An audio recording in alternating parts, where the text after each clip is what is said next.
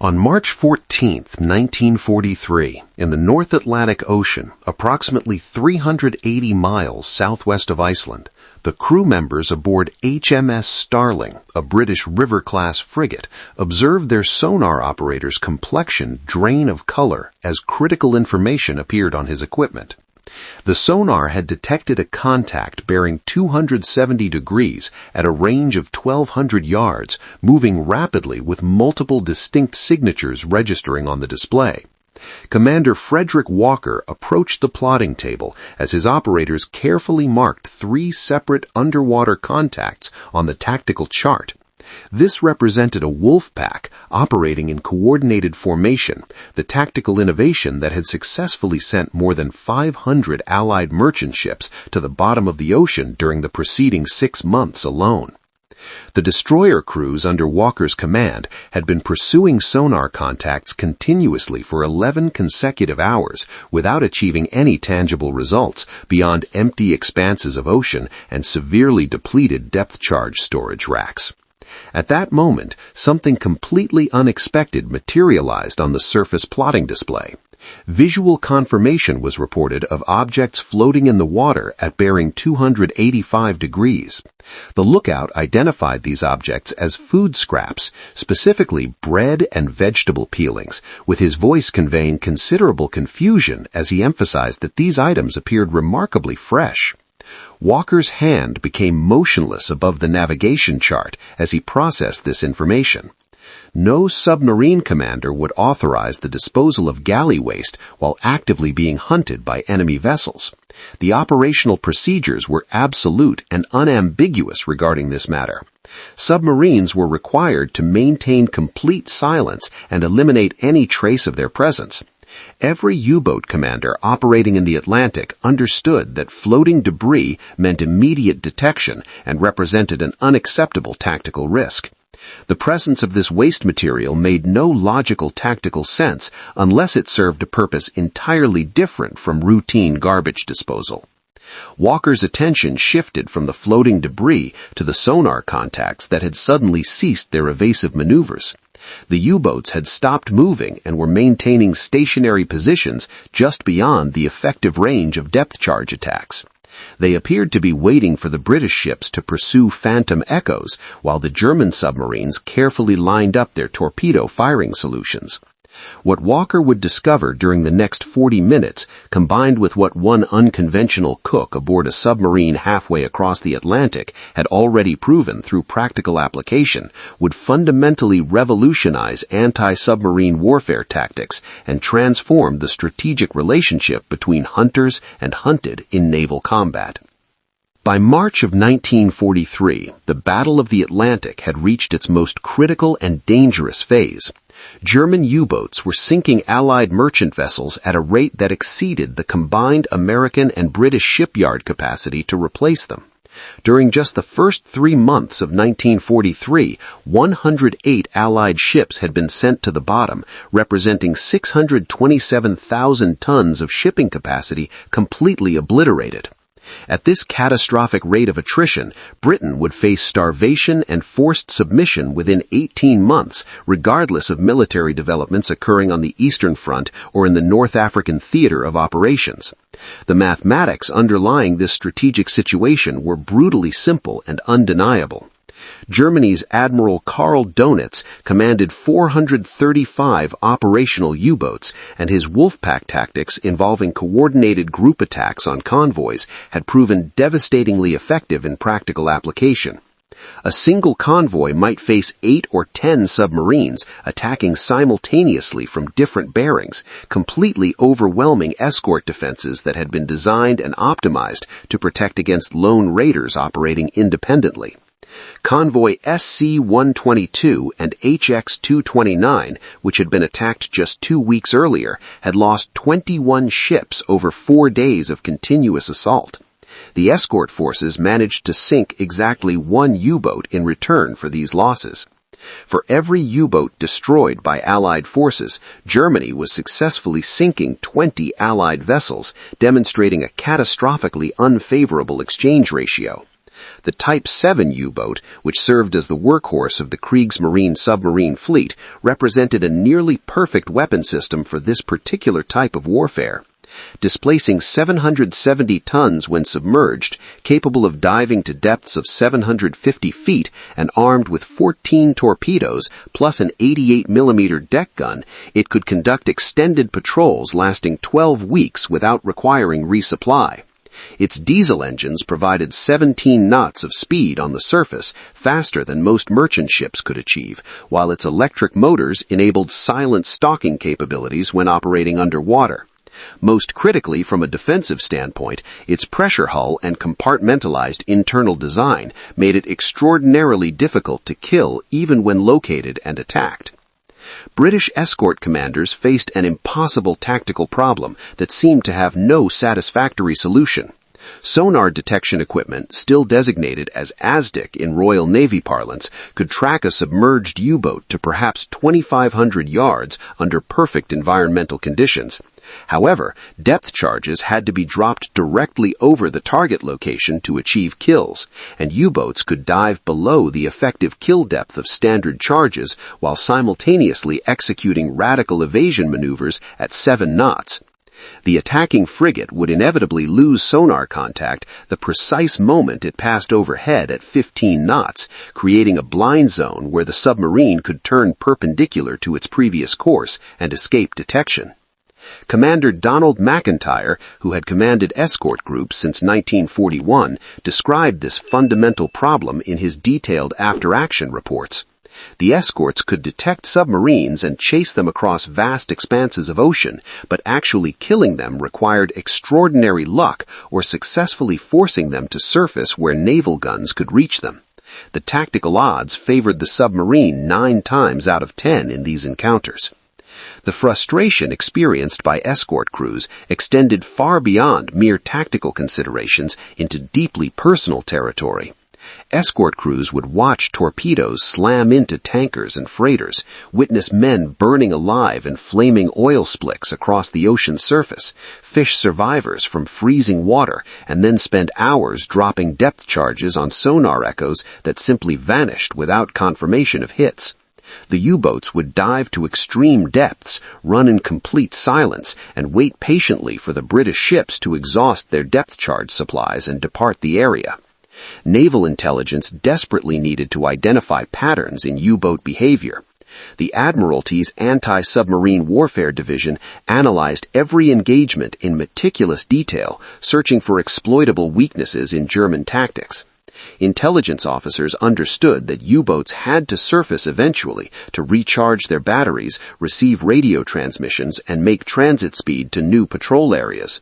However, the critical questions of when, where, and how escort groups could predict surfacing patterns remained unanswered when each U-boat commander operated with significant independent authority.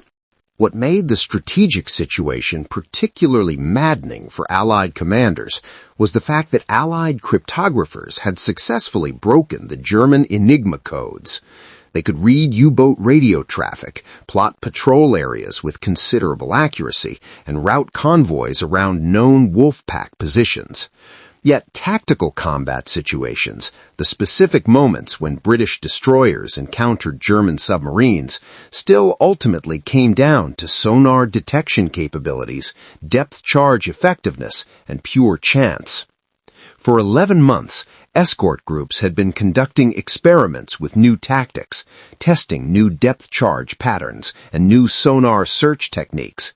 Nothing had fundamentally changed the underlying mathematics of the hunt or improved the dismal success rates. Then came an unexpected variable that would alter everything.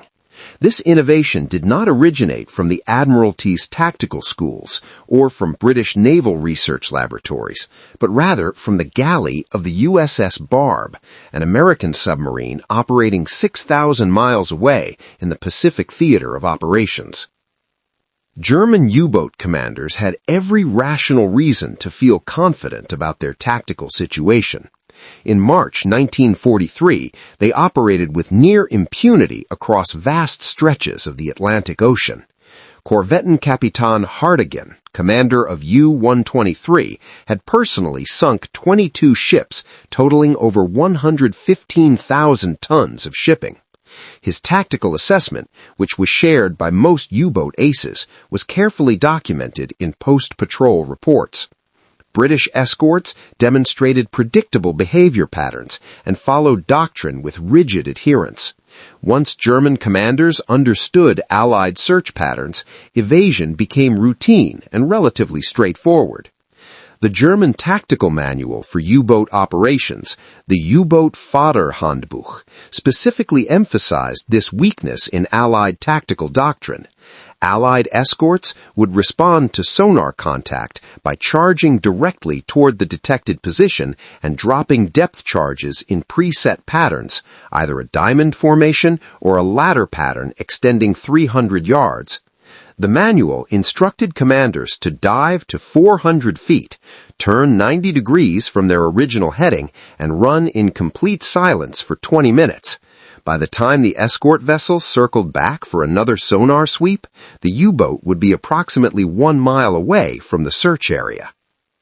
What the German Naval Command failed to realize was that their own tactical discipline was inadvertently creating detectable patterns that could be exploited. Every U-boat followed similar evasion protocols, precisely because those protocols had proven effective through repeated application.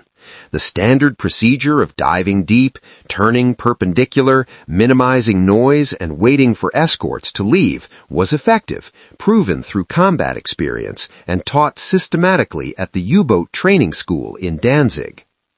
For British escort commanders, the fundamental problem was not lack of skill or courage among their crews. The problem was lack of actionable information about enemy movements and intentions. Captain Walker had personally directed attacks on 27 separate sonar contacts during the previous 4 months of operations. He had confirmed kills on exactly 3 U-boats. The other 24 contacts had simply vanished into the Atlantic depths, their commanders executing textbook evasion maneuvers, while Walker's frigates wasted depth charges on empty water. The Admiralty had attempted every conceivable solution to this tactical problem. They developed deeper diving depth charges, capable of reaching 500 feet. They experimented with ahead-throwing weapons like the Hedgehog system, which fired 24 contact-fused bombs in a circular pattern ahead of the attacking vessel. They trained escort groups to work in coordinated teams, with one ship holding sonar contact, while others attacked from different bearings. None of these innovations addressed the fundamental underlying problem. Submarines remained nearly invisible once submerged, and the ocean was incomprehensibly vast. A U-boat commander with nerve and discipline could evade any number of surface ships simply by going deep and maintaining silence. British anti-submarine warfare doctrine operated on the assumption that U-boats would behave rationally, that commanders would prioritize survival over aggressive action once detected. The assumption held that they would break off attacks, dive to extreme depths, and escape rather than risk destruction of their vessels. This assumption made perfect tactical sense from a strategic resource perspective. A submarine represented a 30 million Reichsmark investment with a crew of 44 highly trained men. No rational commander would sacrifice that asset unnecessarily. However, this assumption missed something crucial about submarine warfare, something that would not become clear until an American cook on the other side of the world began doing something that seemed completely counterintuitive and tactically insane. Then came a tactical innovation so elegantly simple and so profoundly counterintuitive that it would take months for intelligence officers to believe the reports were accurate and the results were genuinely replicable rather than statistical anomalies. The innovation did not originate from a tactical officer with years of experience or from a seasoned submarine commander with multiple combat patrols. It came from Torpedoman's mate first class Doerman Swisher, who had been assigned galley duty aboard the USS Barb as punishment for gambling violations. Swisher harbored intense dislike for cooking duties, but he possessed keen observational skills and paid close attention to behavioral patterns. The USS Barb was actively hunting Japanese convoys in the Pacific Theater, but the tactical problem facing American submarines was fundamentally identical to what British escorts confronted in the Atlantic. Enemy vessels would appear on sonar detection equipment. The submarine would carefully maneuver for optimal attack position, and by the time Captain Eugene Fluckey gave the order to fire torpedoes, the targets had altered course.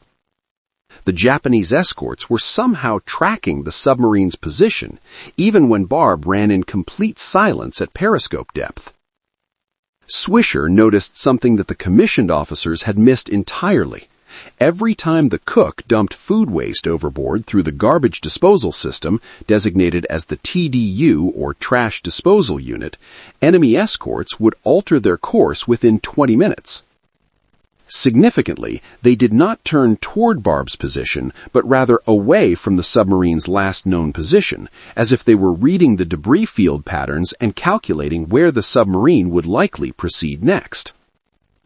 Swisher brought this observation to Captain Fluckey's attention on March 19, 1943, expressing his belief that enemy forces were tracking their garbage disposal patterns.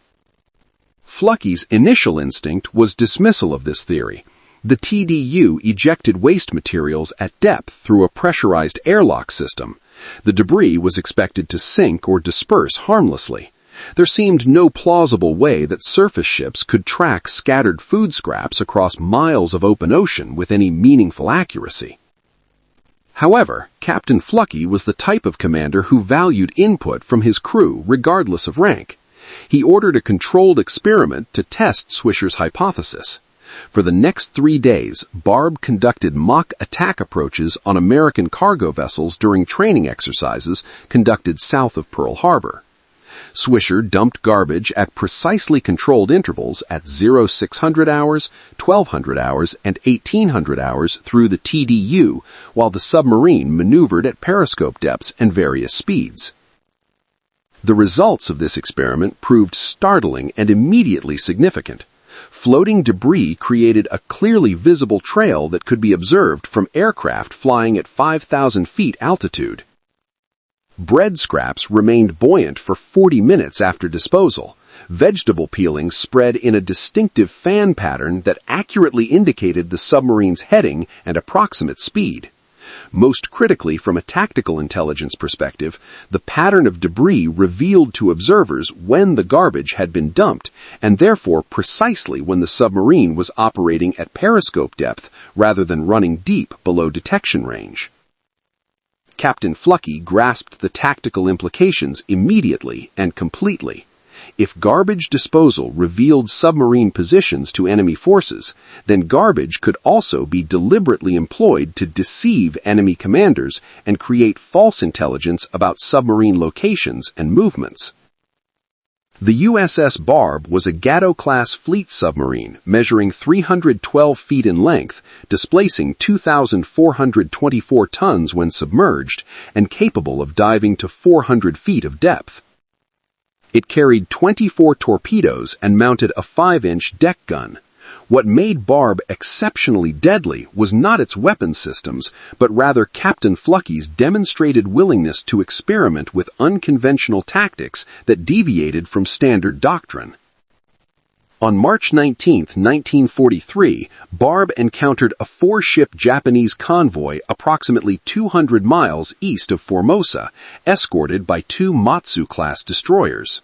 Standard submarine doctrine called for a submerged approach, firing a spread of torpedoes from 1,500 yards distance, then diving to extreme depth to evade the inevitable counterattack. The Japanese destroyers carried substantial depth charge loads and would execute systematic search patterns around the attack point. Captain Fluckey ordered an approach that deviated significantly from standard procedure. At 0530 hours, Barb approached the convoy at periscope depth. Swisher dumped 40 pounds of food waste through the TDU, including potato peelings, bread scraps, coffee grounds, and fish bones. The debris spread across approximately 1/4 mile of ocean surface, creating a highly visible trail. Then Barb dove to 300 feet and executed a 180-degree turn, heading directly away from the debris field rather than continuing the approach. The Japanese destroyers detected the floating garbage within 12 minutes of disposal. Their lookouts reported the debris immediately, and both escort vessels turned toward the debris field exactly as doctrine dictated. The Japanese commanders assumed Barb was running submerged on a heading that logically extended from the visible garbage trail. They commenced an aggressive depth charge pattern, dropping Type 95 charges set to detonate at 200 and 300 feet depth. Barb was actually 3 miles distant, running perpendicular to the position the destroyers expected. At 06:12 hours, with both Japanese destroyers thoroughly focused on attacking empty ocean with their full depth charge loads, Captain Flucky brought Barb to periscope depth and carefully positioned the submarine 800 yards off the convoy's port beam. The merchant ships had continued on their original course, their captains assuming their escorts were successfully handling the submarine threat. Flucky fired 6 torpedoes in a calculated spread pattern, allocating 2 torpedoes to the lead freighter, a 7,000-ton cargo vessel named Kongo Maru, broke in half and sank in 4 minutes. The tanker Keo Maru erupted in massive flames as aviation fuel ignited across the entire deck. The third ship took a torpedo strike directly in the engine room and lost all power, becoming dead in the water and helpless. The Japanese destroyers realized their catastrophic tactical error immediately. They abandoned the depth charge pattern and raced back toward the convoy at maximum speed, but Barb had already dove to 350 feet and was running eastward at 7 knots. Swisher dumped another substantial load of garbage, this time in the opposite direction from Barb's actual heading. The destroyers discovered the new debris field and attacked that position with their remaining depth charges. Barb escaped the engagement without taking a single depth charge close enough to rattle the crew or damage equipment. Captain Flucky filed a detailed after-action report describing the tactic and its remarkable effectiveness. He designated it as false trail debris deployment. The United States Navy's Submarine Force Intelligence Office reviewed the report, immediately recognized its enormous potential, and forwarded copies to Allied naval commands across all theaters of operation. The Allied naval commands read the report on April 2, 1943. Commander Frederick Walker read it 4 days later. Walker's initial response was skepticism. The tactic seemed too simple and too obvious to have been overlooked by experienced naval officers for years. However, Walker acknowledged he had been wrong about tactical assessments before, and the Battle of the Atlantic was being catastrophically lost. He ordered his frigates to carry bags of food waste, including bread and vegetables, anything that would float and create visible debris, stored in the galleys specifically for tactical deployment during anti-submarine operations. On April 14, 1943, HMS Starling, Wren, and Woodpecker, comprising Walker's escort group, held firm sonar contact on 3 U-boats positioned in a patrol line formation. The submarines were attempting to ambush convoy HX-234, which was approaching from the west with 42 merchant ships. Standard tactics dictated that escorts should attack each sonar contact in sequence, while the convoy altered course to avoid the Wolfpack positions. Commander Walker ordered a completely different approach. Starling approached the northernmost contact, later identified as U-191, at 15 knots, while crew members dumped 60 pounds of bread scraps, potato peelings, and vegetable waste off the port side. The debris spread across half a mile of ocean surface, becoming clearly visible to aircraft circling overhead, providing air cover. Then Starling executed a hard turn to starboard and reduced speed to 8 knots, running parallel to the original course but offset by 1,200 yards. The commander of U-191, Oberlieutenant Tour C. Helmut Feet, tracked the debris field through his periscope. His war diary, recovered from German naval archives after the war's conclusion, recorded his tactical assessment. A destroyer was visible at 2,000 meters distance. Food waste in the water indicated the crew was preparing for a prolonged chase. The enemy clearly expected a prolonged chase. The proper response was to dive to 150 meters depth and wait for the escort to exhaust its depth charge supply before resuming attack position against the convoy.